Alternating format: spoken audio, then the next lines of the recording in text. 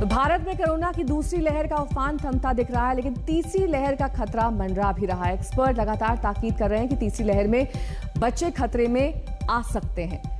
बच्चों के लिए टीके की कोशिश जारी है। बच्चों को लेकर तमाम सवाल जवाब के साथ इस बीच हमारे साथ मौजूद है doctor Amit Gupta, John Radcliffe अस्पताल से, ऑक्सफोर्ड से सीधे जुड़ गए हैं हमारे साथ। डॉक्टर अमित, आपका बहुत बहुत स्वागत है आज तक पर। मेरा सबसे पहला सवाल आपसे यही कि लगातार कोरोना संक्रमण को लेकर हम एक लर्निंग कर्व पर हैं। कुछ चीजें फैक्ट्स हैं, कुछ चीजें मिथ्स हैं और कुछ चीजें इसके बीच अजम्पशन के तौर पर हैं। और ऐसा एक अजम्पशन है तीसरी लहर को लेकर भारत में कि ये लहर सबसे ज्यादा बच्चों को प्रभावित कर सकती है। इसमें कितना फैक्ट है, कितना मिथ है, किस नजरिए से आप इसको देखते हैं? Thank you. आपने बिल्कुल सही कही बात कि इसमें कुछ फैक्ट है, कुछ मिथ है और कुछ लोगों की चिंताएं हैं, और जो कि वाजिब हैं, क्योंकि हम लोगों ने इतना बुरा संक्रमण देखा है इस समय सेकंड वेव में कि जाहिर सी बात है कि आपको थोड़ी आगे की चिंता जरूर होगी। लेकिन जो मौजूदा हालत है उसको देख लेते हैं पहले, उसी से हम थोड़ा अंदाजा लगा लेंगे। देखिए, जैसे चरम सीमा पे जब ये वायरस था सेकंड वेव पे, तो उस समय करीब 3 लाख केसेस मान लीजिए थे। तो ऐसा नहीं था कि बच्चे उससे वंचित थे, बच्चे भी इन्फेक्टेड थे, लेकिन हम उनको ज़्यादा टेस्ट नहीं कर रहे थे। इस समय फोकस था एडल्ट्स पे। तो अगर जो आप बच्चों को भी टेस्ट करते हैं और आप पूछ लीजिए पीडियाट्रिशियंस को, और घर में जो लोग हैं, मेरी अपनी सिस्टर के 2 बच्चे दे हैव हैड फीवर्स, तो उनको भी कोरोना तो हुआ ही था।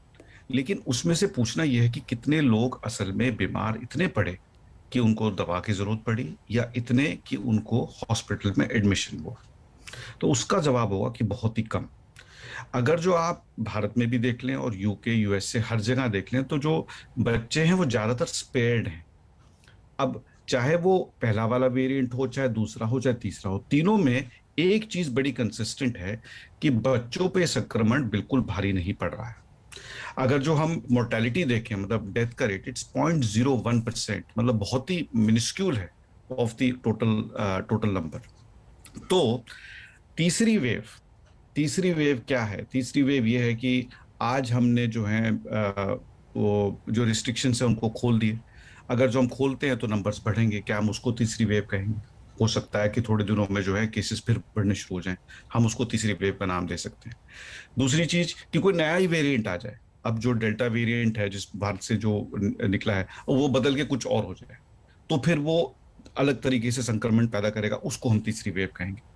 लेकिन चाहे वो यही वायरस हो जो ज्यादा फैले, या जो नया वायरस हो वो और फैले, इसका कोई हमारे पास इस समय एविडेंस नहीं है कि ये वायरस जो है बच्चों को ज्यादा इन्फेक्ट करेगा। ऐसा कहीं पर भी बिल्कुल प्रमाणित नहीं हो रहा है।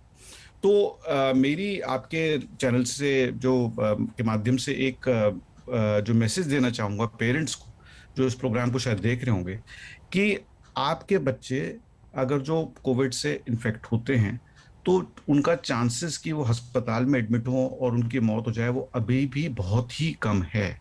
तो आप इसकी जो है ना, आप इतना चिंतित ना होइए। इसका मतलब ये नहीं कि आप सतर्क ना रहें, लेकिन एक लेवल ऑफ एंग्जाइटी जो बढ़ गई है उसको आप थोड़ा कम कीजिए, क्योंकि अब तक आंकड़े इसको दिखा नहीं रहे।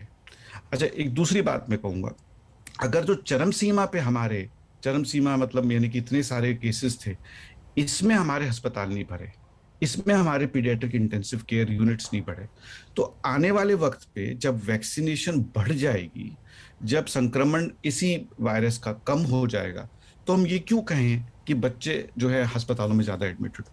तो मुझे इसमें थोड़ा सा ये लगता है कि हम लोग, ठीक है, हमें प्रिपेयर्ड रहना चाहिए, लेकिन हमें उस प्रिपरेशन को थोड़ा ध्यान से देखना चाहिए कि हम उसको ओवरडू ना कर दें, क्योंकि आफ्टर ऑल